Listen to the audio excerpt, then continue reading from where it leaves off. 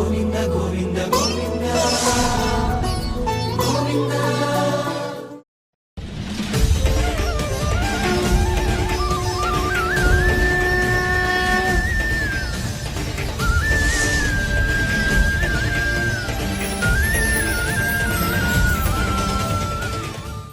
ఓం నమో వెంకటేశాయ. ఏడుకొండలవాడ వెంకటరమణ గోవింద గోవింద. శ్రీ శ్రీనివాస శ్రీ వెంకటేశ గోవింద గోవింద. కలియుగ ప్రత్యక్ష దైవం శ్రీనివాస పరబ్రహ్మ అనుగ్రహ విశేషంతో శ్రీమద్భాగవతంలో ఏకాదశ స్కంధంలోని విశేషాలు యథాశక్తి తెలుసుకుంటూ ఉన్నాం. నారాయణం నమస్కృత్య నరం చైవ నరోత్తమం దేవీం సరస్వతీం వ్యాసం తతో జయముదీరయేత్. సుఖయోగీంద్రుల వారు పరీక్షిన్ మహారాజునకు భగవల్లీలా విశేషాలను వర్ణించి చెబుతూ ఉన్నారు. నిమిచక్రవర్తి వృషభదేవుని పుత్రుల ద్వారా మునిచర్యను ఆచరిస్తున్నటువంటి 9 మంది పుత్రుల ద్వారా వరుసగా పరమాత్మ తత్వాన్ని గురించి తెలుసుకుంటూ ఉన్నారు.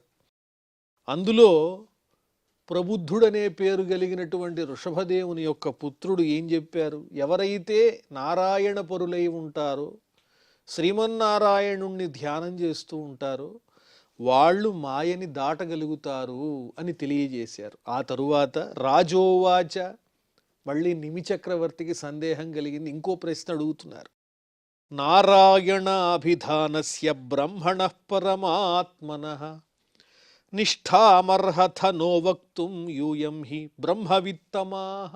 ఓ మహానుభావులారా, నారాయణపరుడైనటువంటి వాడు మాయని దాటుతాడని మీరు చెప్పారు. నారాయణుని యొక్క చక్కనైనటువంటి స్వరూపాన్ని గురించి వర్ణించి చెప్పండి. నారాయణ స్వరూపం అంటే ఏమిటి?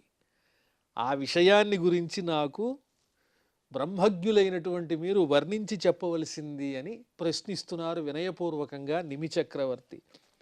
పిప్పలాయన ఉవాచ. ఆ వృషభదేవుని పుత్రులో ఇప్పుడు పిప్పలాయనుడు అనే పేరు కలిగినటువంటి ఋషి ఈ విధంగా చెబుతున్నారు ముని. స్థిత్యుద్భవ ప్రళయ హేతురహేతురస్య యత్స్వప్న జాగర సుషిప్తిషు సద్వహిశ్చ దేహేంద్రియాసు హృదయాని చరంతి ఏన సంజీవితాని తదవేహి పరం నరేంద్ర. ఓ రాజా, ఓ నిమిచక్రవర్తి, నారాయణ స్వరూపాన్ని అడిగావు కదా, చెబుతున్నాను విను. శ్రీమన్నారాయణుడు అంటే ఎవరనుకున్నావు? సృష్టి స్థితి లయ కారకుడు. ఆయనే కారణము వీటికి. ఆయనకంటూ కారణం లేదు, కారణరహితుడు. ఆయన మాత్రం ఈ సృష్టి స్థితి లయములను నడిపించేటువంటి కారణభూతుడైనటువంటి వాడు. అదేవిధంగా సాధారణంగా దేహధారులైనటువంటి జీవులందరికీ ఉండేటువంటి జాగ్రత్త, స్వప్న, సుషుప్తి అనే పేరు కలిగినటువంటి 3 అవస్థలు ఏవైతే ఉన్నాయో వీటన్నిటితో కూడినటువంటి తురీయావస్థకు సంబంధించినటువంటి వాడు ఆయన. ఈ 3 అవస్థల్ని అతిక్రమించి ఉన్నటువంటి వాడు. తురీయం త్రిషు సంతతం. ఈ జాగ్రత్త, స్వప్న, సుషుప్తి అనబడేటువంటి 3 అవస్థల యందు తురీయావస్థ ఎల్లప్పుడూ ఉంటుంది, వాటిని అతిక్రమించి ఉండేటువంటిది. అలాంటి తురీయావస్థకి చెందినటువంటి వాడు పరమాత్ముడు. సాధారణమైన ప్రాణులైనటువంటి దేహధారులకు ఉన్నటువంటి ధర్మాలు వేరు, వాళ్ళని నియమించేటువంటి వాడు శ్రీమన్నారాయణమూర్తి. ఈ ధర్మములు ఆయనకు చెందవు. ఈ జాగ్రత్త, స్వప్న, సుషుప్తి అనేటువంటి అవస్థలు ఆయనకి లేవు. అదేవిధంగా ఈ జీవులకు ప్రాప్తించినటువంటి దేహం కానీ, ఆ దేహ సంబంధమైనటువంటి ఇంద్రియాలు కానీ, ఆ ప్రాణం కానీ, దేహాన్ని నిలబెట్టేటువంటి ప్రాణం కానీ, ఈ శరీరంలో సంచరించేటువంటి అపానము ఇట్లాంటి పేర్లు కలిగిన వాయువులు కానీ, అలాగే హృదయం కానీ, ఇవన్నీ ఈ దేహంలో ఉన్నటువంటి ఇంద్రియాలతో కూడిన సమస్తమైన ఈ జీవాన్ని నడిపించేటువంటి ప్రాణశక్తి సంబంధమైన ఏవైతే అవయవాలు ఉన్నాయో అవన్నీ పరమాత్ముని అనుగ్రహం వల్ల వచ్చినవే. అవన్నీ పరమాత్ముడు ఇచ్చినవే. వాటిల్లో ఉన్నటువంటి ప్రాణశక్తి అయి ఉన్నాడు. అవన్నీ ఆ పరబ్రహ్మ వల్లనే నడుస్తున్నాయి. అది తెలుసుకోవయ్యా అని ఆ శ్రీమన్నారాయణమూర్తి యొక్క తత్వాన్ని తెలియజేస్తున్నారు ఆ పిప్పలాయనుడు అనే పేరు కలిగిన ఋషి. ఈ దేహానికి, ఇంద్రియాలకు, లోపల ఉన్నటువంటి సమస్తమైనటువంటి ఈ చైతన్యానికి కారణభూతుడు ఆ చైతన్య స్వరూపుడు పరమాత్ముడే. నైతన్మనో విశతి వాగుత చక్షురాత్మ ప్రాణేంద్రియాణి చ యథా నలమర్చిషస్వాహ శబ్దోపి బోధక నిషేధతయా ఆత్మమూలం అర్ధోక్తమాహ యదృతేన నిషేధ సిద్ధి. ఆ శ్రీమన్నారాయణమూర్తి అనేటువంటి పరతత్వాన్ని గురించి చెప్పడానికి మనస్సుతో ఆలోచిస్తే సరిపోదు. మనసుకు అందదు ఆ స్వరూపం. వాక్కులతో వర్ణించడానికి కూడా సరిపోదు. కళ్ళతో కానీ, బుద్ధితో కానీ, ఇంద్రియములతో కానీ, వీటన్నిటితో ఆ నారాయణ పరతత్వాన్ని అవగతం చేసుకోవటం దుర్లభమే. తమ శక్తితో ఆ పరమాత్మను ప్రవేశించటానికి, ఆ పరమాత్మను తెలుసుకోవటానికి ఈ సాధారణమైనటువంటి ఇంద్రియాలు చెల్లవు. అవి తెలుసుకోలేవు. అగ్ని నుంచి అగ్నిజ్వాలలు వస్తాయి. అగ్నిజ్వాలల నుంచి అగ్ని రాదు కదా. అగ్నిజ్వాలలు రావటానికి ప్రధాన కారణమైంది ఏది? అగ్ని. అగ్ని వల్లనే జ్వాలలు వస్తున్నాయి. జ్వాలలకు కారణభూతమైనది అగ్ని. అలాగే ఈ చక్షురాది ఇంద్రియములకు కానీ, ఈ సమస్తమైనటువంటి ఈ దేహంలో ఉన్న చైతన్యానికి కానీ ప్రధాన కారకుడు పరమాత్ముడు. జ్వాలలకు అగ్ని ఏ విధంగా మూలభూతమో అదేవిధంగా మనలో ఉన్నటువంటి చైతన్యానికి, ఇంద్రియములకు, మనస్సుకి, బుద్ధికి, వీటన్నిటికీ కారణభూతుడు ఆ శ్రీమన్నారాయణమూర్తయ్యా ఓ మహారాజా. వేదములు కూడా ప్రత్యక్షంగా ఆ పరమాత్మను ఇదమిత్తంగా చెప్పటానికి అశక్యములే అవుతున్నాయి. యతో వాచో నివర్తంతే అప్రాప్య మనసా సహా అని వర్ణించినట్లుగా సాక్షాత్తు పరబ్రహ్మను నిరూపించటం వేదములకు కూడా అశక్యమే అవుతూ ఉన్నది.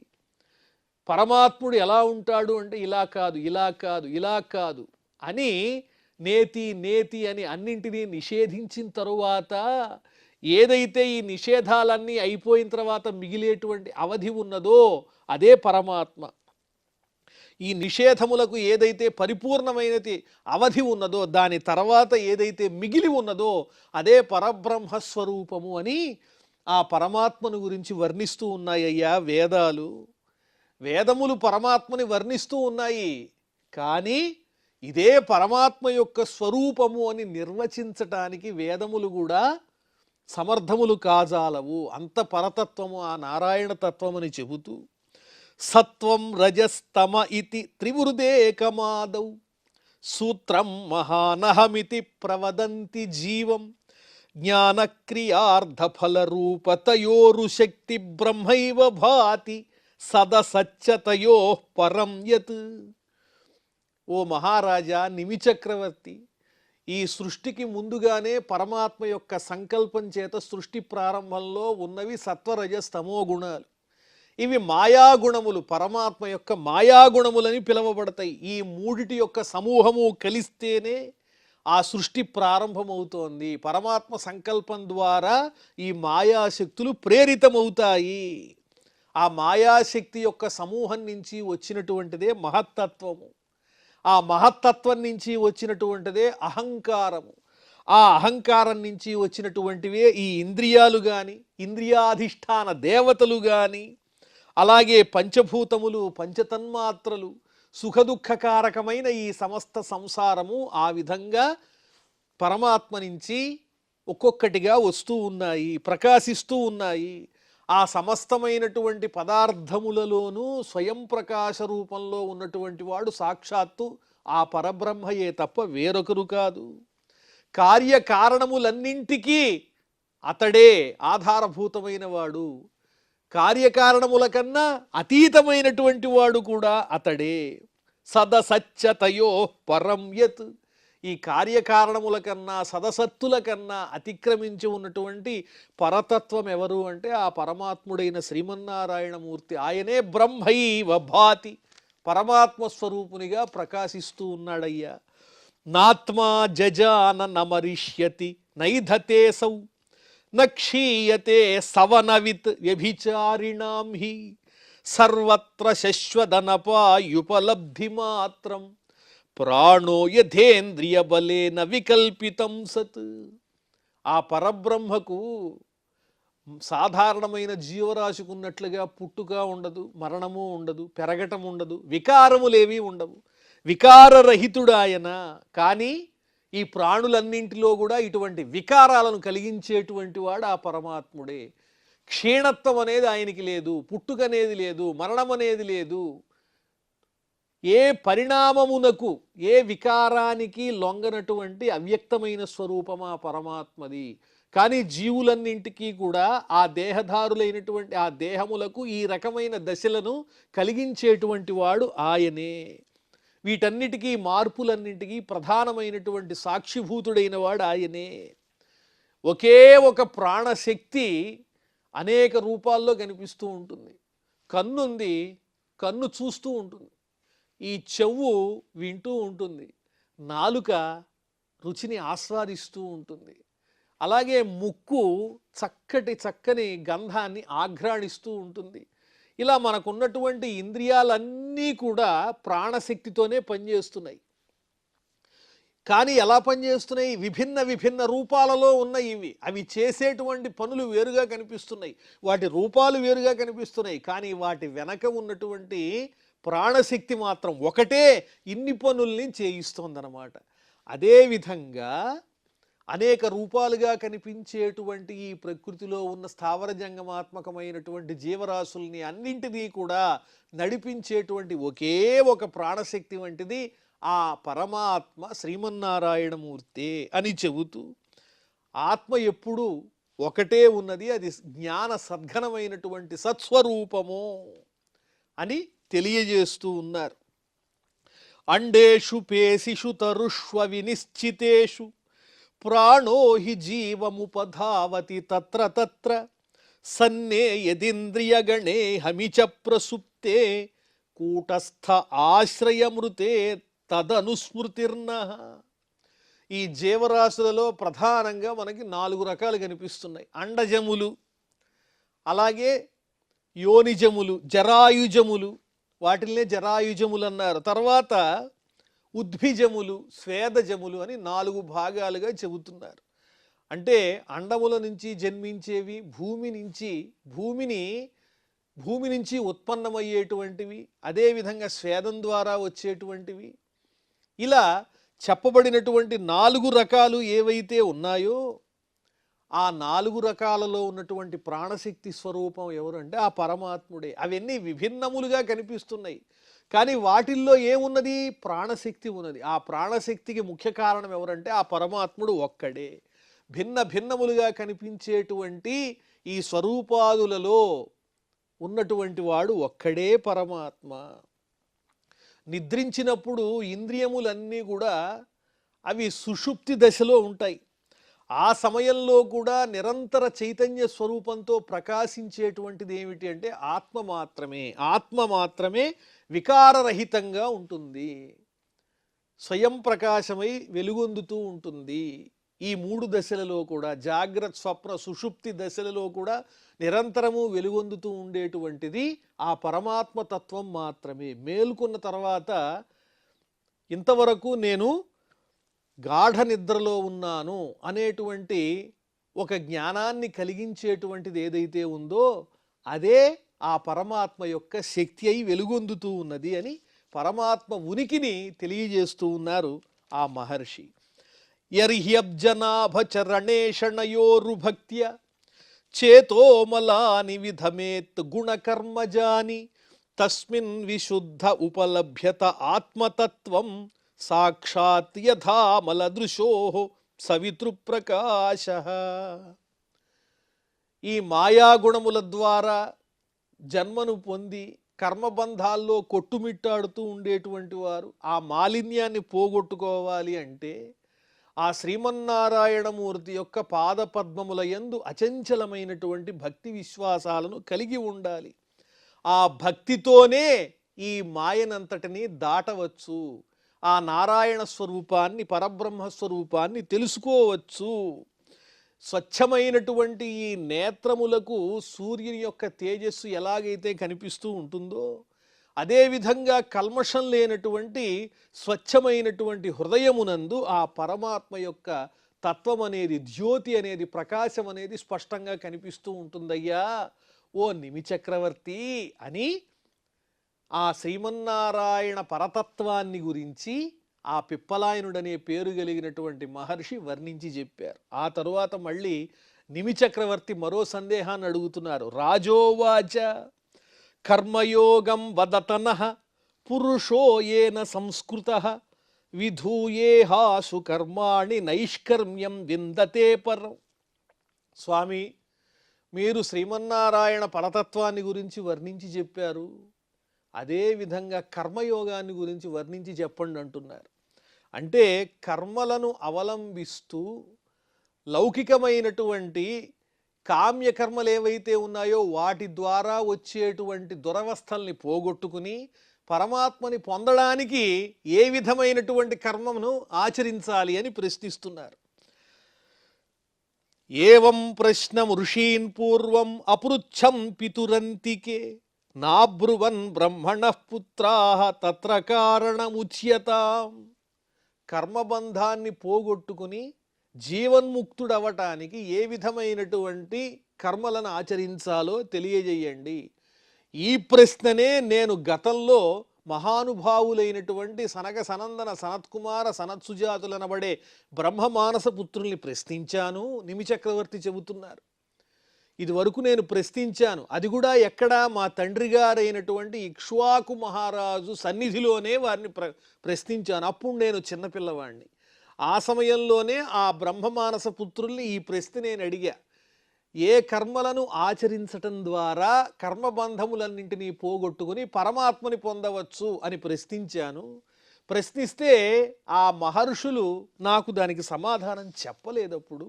ఎందుకో తెలీదు, అది కూడా మీరే వివరించండి అని నిమిచక్రవర్తి ఈ వృషభదేవుని పుత్రులను ప్రశ్నిస్తే ఆ పుత్రులలో ఆవిర్హోత్రుడు అనే పేరు కలిగినటువంటి ఋషి ఆ మహారాజు ప్రశ్నకి సమాధానం చెబుతున్నారు. కర్మ కర్మ వికర్మేతి వేదవాదో నలౌకికః వేదస్య చేశ్వరాత్మత్వాత్ తత్ర ముహ్యంతి సూరయః. ఏ కర్మ ద్వారా కర్మబంధములను విడిచిపెట్టి పరమాత్మను చేరవచ్చు అంటే ఈ కర్మకి సంబంధించిన విషయము వేదోక్తమైనది. ఈ కర్మ మూడు విభాగాలుగా ఉన్నది. వేద విహితమైనటువంటి కర్మ, రెండవది కర్మ చేయకుండా ఉండడం, అదేవిధంగా మూడవది నిషిద్ధమైనటువంటి కర్మను చేయుట. కర్మ కర్మ వికర్మేతి, కర్మ అకర్మ వికర్మ. కర్మ అంటే వేద విహితమైనటువంటి కర్మ, అకర్మ అంటే కర్మ చేయకుండా ఉండడం, వికర్మ అంటే ఏదైతే చేయకూడని కర్మ ఉంటుందో దాన్ని ఆచరించటం. ఇది లౌకికంగా మనం ఆలోచించి చెప్పదగిన విషయం కాదు. నీవు అడిగిన ప్రశ్న ఇది వేదముల యందే ప్రసిద్ధమై ఉన్నది. మహాపండితులకు కూడా అవగాహన చేసుకోవటానికి చాలా క్లిష్టమైనటువంటి ప్రశ్న ఇది. ఆ వేదమేమో సాక్షాత్తు పరమేశ్వరుడి నుంచి వచ్చింది. కాబట్టి ఈ కర్మ విషయంలో నీవు అడిగిన ప్రశ్న విషయంలో మహాపండితులు కూడా మోహాన్ని పొందుతూ ఉంటారు. దాని గురించి సంపూర్ణంగా తెలుసుకోలేరు. పరోక్షవాదో వేదోయం బాలానామనుశాసనం కర్మమోక్షాయ కర్మాణి విధత్తే హ్యగదం యథా. వేదం అనేది అపౌరుషేయము. వేదంలో చెప్పబడినటువంటి గూఢమైనటువంటి విషయాలను తేలిగ్గా మనం అవగతం చేసుకోలేమయ్యా ఓ మహారాజా. మనకు ప్రత్యక్ష ప్రమాణము, అనుమాన ప్రమాణము అని ఉన్నాయి. వీటికన్నా అతిక్రమించినటువంటి గొప్పదైనటువంటి పరోక్షవాదము అనేదే వేదములలో చెప్పబడింది. పరోక్షవాదము అంటే ఎత్ర అన్యథా స్థితః అర్థః సంగోపయితుం అన్యథా కృత్వా ఉచ్యతే సహా పరోక్షవాదః. పరోక్షవాదం అంటే చెప్పదలుచుకున్నటువంటి అంశాన్ని పరోక్షంగా అందించటం. ఎందువల్ల అంటే పరోక్షంగా చెప్పినటువంటి విషయాన్నే దేవతలు ఇష్టపడతారు. పరోక్ష ప్రియ ఇవహి దేవా అని శృతిలో చెప్పినట్లుగా పరోక్షంగా చెప్పడం అంటే అందుకు ఉదాహరణగా చతుర్హోత అనేటువంటి పదం ఉన్నది. ఈ పదం ద్వారా అందులో కొన్ని దేవతా స్వరూపాలు వర్ణించబడుతూ ఉన్నాయి. చతుర్హోత అంటే అందులో నలుగురు దేవతల యొక్క స్వరూపాలు వర్ణించబడి ఉన్నాయి.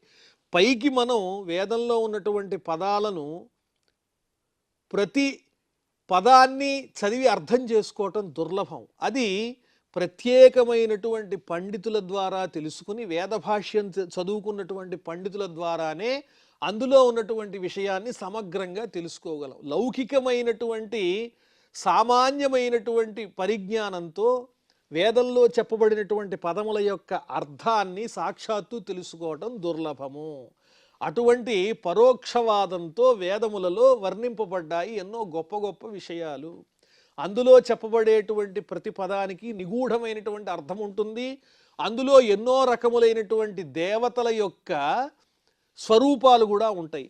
ఆ పదాన్ని అర్థం చేసుకోవటానికి, అందులో వర్ణింపబడిన దేవతల గురించి అర్థం చేసుకోవటానికి ప్రత్యేకమైనటువంటి గురువు యొక్క ఉపదేశం చాలా అవసరమవుతుంది. అందువల్లనే ఈ వేదంలో చెప్పబడినటువంటి ఈ పరోక్షవాద సంబంధమైన విషయాన్ని అవగతం చేసుకోవడానికి పండితులు కూడా అప్పుడప్పుడు కష్టపడుతూనే ఉంటారు. వాళ్ళు కూడా మోహపడుతూ ఉంటారు. ఎందువల్లంటే ఇది ప్రత్యక్ష అనుమాన ప్రమాణముల కన్నా అతీతమైనటువంటి పరోక్షవాదం అనే పేరు కలిగినటువంటిది ఓ మహారాజా. కాబట్టి నాచరేత్ యస్తు వేదోక్తం స్వయమజ్ఞో అజితేంద్రియ. ఇక్కడ ఇంకో ముఖ్యమైనటువంటి విషయాన్ని చెబుతున్నారు. కర్మ మోక్షాయ కర్మాణి విధత్తే హ్యగదం యథ. వేదమునందు కొన్ని కర్మలు నిర్దేశింపబడి ఉన్నాయి. ఆ కర్మల యొక్క ఫలితం ఏమిటి అంటే స్వర్గాదులను పొందడం కూడా అందులో చెప్పబడి ఉన్నది. ఏ ఏ యజ్ఞాలు చేస్తే ఏ ఏ ఫలితాలు వస్తాయో చెప్పబడి ఉన్నది. కానీ సారాంశం అది కాదు. అనారోగ్యంతో ఉన్నటువంటి ఒక పిల్లవానికి ఔషధాన్ని ఇవ్వటం ద్వారా అతని ఆరోగ్యం కుదుట పడుతుంది, అనారోగ్యం తొలగిపోతుంది. మరి పిల్లవాడికి ఉన్నటువంటి అనారోగ్యాన్ని పోగొట్టాలి, ఔషధం తాగాలి అంటే పిల్లవాడు చేదుగా ఉండేటువంటి ఔషధాన్ని స్వీకరించడానికి ఇష్టపడడు. కాబట్టి అతనికి తీయనైనటువంటి పదార్థాలను ప్రలోభంగా చూపించి ఆ పిల్లవాని చేత ఔషధం స్వీకరించేటట్టుగా చేసి నెమ్మదిగా ఔషధం ద్వారా అతని ఆరోగ్యాన్ని కుదుటపరుస్తారు. అదేవిధంగా మోక్షాన్ని సాధించటంలో భాగంగానే ఈ వేదంలో కొన్ని ప్రయోజనాలను చూపించేటువంటి కొన్ని కర్మలను చూపిస్తూ ఆ ప్రయోజనాలను స్వర్గాదులను ఆశగా చూపించి ఆ తరువాత ఆ కర్మలను ఆచరించినటువంటి వారికి క్రమేణా పరమాత్మ బుద్ధితోనే కర్మలను ఆచరించే విధానానికి, అంటే అనారోగ్యం పోవటానికి ఔషధం ఇచ్చిన విధంగా నెమ్మదిగా తీయనైనటువంటి స్వర్గాదులను ఆశగా చూపించి వారిని వేదకర్మల యందు ఆసక్తుల్ని చేసి పరమాత్మ కోసమే, ఏ కామ్యము లేకుండా పరమాత్మ కోసమే కర్మలను ఆచరించే స్థితికి తీసుకువెళ్ళి తద్వారా వారికి మోక్షాన్ని సాధించి పెట్టటమే ఇందులో ఉన్నటువంటి ప్రధానమైనటువంటి రహస్యం అయ్యా ఓ మహారాజా. అందువల్ల వేదోక్తమైనటువంటి పరమాత్మపరమైనటువంటి కర్మలను ఆచరించటం ద్వారా మోక్షాన్ని సాధించవచ్చు అని చెబుతూ నాచరేత్యస్తు వేదోక్తం స్వయమజ్ఞో అజితేంద్రియ వికర్మణా హ్యధర్మేణ మృత్యోర్మృత్యుముపైతి సహా. వేదవిహితమైనటువంటి కర్మలను ఎవరైతే ఆచరిస్తారో వాళ్ళు మాత్రమే పరమాత్మ అనుగ్రహానికి పాత్రులవుతారు. నిషిద్ధమైనటువంటి కర్మలను ఆచరించే వాళ్ళు జనన మరణ ప్రవాహంలో కొట్టుకుపోతూ ఉంటారు. వేదోక్తమేవ కుర్వాణో నిస్సంగో అర్పితమీశ్వరే నైష్కర్మ్యాం లభతే సిద్ధిం రోచనార్థ ఫలశ్రుతి. వేదంలో చెప్పబడినటువంటి ఈ కర్మలేవైతే ఉన్నాయో వాటిల్ని ఫలాసక్తి లేకుండా పరమేశ్వరార్పణ బుద్ధితో చెయ్యాలి. దానివల్ల మాత్రమే సిద్ధిని పొందుతారు, పరమాత్మతత్వాన్ని అర్థం చేసుకోగలుగుతారు. ఈ స్వర్గాది ఫలితాలు ఏవైతే ఉన్నాయో అవి కర్మను చేయటానికి ప్రేరేపించటానికే తప్ప కోర్కెలను పెంచటానికి కాదన్న విషయాన్ని అవగతం చేసుకుని పరమాత్మ సంతుష్టి కోసమే కర్మలను ఆచరించాలి అని ఆ మహానుభావుడు తెలియజేస్తూ ఉన్నారు. ఆవిర్హోత్రుడనే పేరు కలిగినటువంటి ఋషి ఈ నిమి చక్రవర్తికి. ఇంకా ఏ విధంగా కర్మలను ఆచరించి నిష్కామ కర్మలను ఆచరించి పరమాత్మను పొందవచ్చో ఇంకా తెలియజేస్తూ ఉన్నారు ఆ మహర్షి. ఆ విషయాలన్నీ మళ్ళీ మనం తెలుసుకుందాం. ప్రస్తుతం క్షమా ప్రార్థనాదులతో ఈ కార్యక్రమాన్ని పరిసమాప్తం చేసుకుందాం. అథ క్షమా ప్రార్థన. యదక్షరపదభ్రష్టం మాత్రాహీనంచ యద్భవేత్ తత్సర్వం క్షమ్యతాం దేవ నారాయణ నమోస్తుతే. శ్రియఃకాంతాయ కళ్యాణ నిధయే నిధయేర్థినాం శ్రీవేంకట నివాసాయ శ్రీనివాసాయ మంగళం.